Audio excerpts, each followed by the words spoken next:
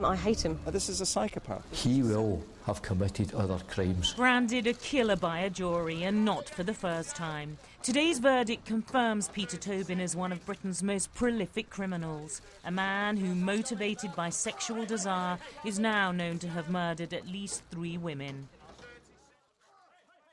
No one will ever know for sure how Dinah McNichol died.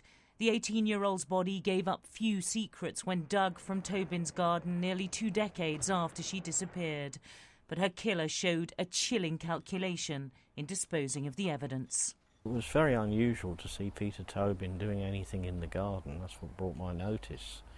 And I just leaned across and in a friendly manner I said, "Are you going for Australia, Pete?" Because he seemed to be digging quite deeply. He explained that he was digging a sandpit for the little lad who visited at the weekends.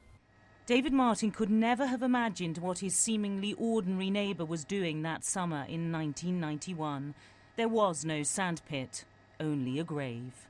The guy must have been a brilliant actor because he put up a front and he put the entire neighbourhood more or less thought, well, he's an okay guy. Dinah's hands and feet had been bound, her mouth gagged to stop her screaming. But the neighbour wasn't the only one Tobin duped. He used the cover of a caring father collecting his young son to travel the route where he abducted his victim. The wife, who had left him months earlier, was oblivious to the fact that his violence extended beyond her door. There are thousands of battered wives, and that's all I thought I was. I thought I was just in the category of that. I had absolutely no idea he had any ill thoughts towards anyone else at all. Didn't have ill thoughts towards my son, he played with him beautifully. No way in a million years I could have had any idea at all that he could have done these things. I had no idea. It would be years before she learnt the true extent of his brutal crimes. He is a convicted paedophile, and he had killed not 1 but 2 teenagers that summer, encasing both their bodies in his garden. They had been drugged, sexual abuse had taken place. The remains of his 15-year-old victim, Vicky Hamilton, had been cut in half. This was no amateur criminal. When a killer first kills, he is frankly not very good at that. He makes mistakes. He learns as he goes about killing other victims how to do that with greater skill. At the time that someone is therefore cutting a torso up, that person, in my experience, has already been killing for some period of time. But for how long? Just how prodigious a killer was Tobin? Police are looking into hundreds of unsolved cases which tie in with his movements over decades. He never liked to stay in one place too long, shifting between Scotland and the south of England.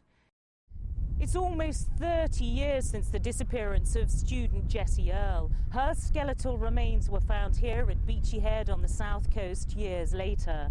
Like Dinah McNichol, her wrists had been bound using her own bra. The remains had lain here for almost a decade, keeping her killer's secret. Police have taken DNA from Jessie's parents, who now wonder if Tobin could be their daughter's killer. They are not alone. As I say, I've never met her. We know him as Peter Tobin, but he had plenty of aliases. When convicted in 2007 of murdering student Angelica Cluck, he was masquerading as Pat McLaughlin, a handyman who raped and stabbed his victim before burying her under a church in Glasgow. But given his age, could Tobin's face fit one of Scotland's most elusive killers? I feel on balance, we've been dealing with Bible John.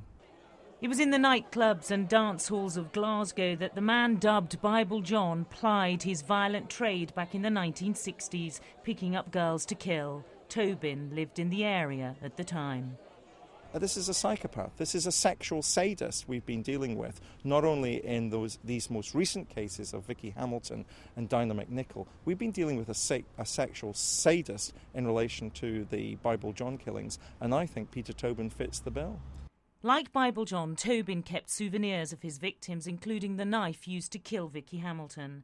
Police have now put on display items of jewellery found in his possession since the 1990s.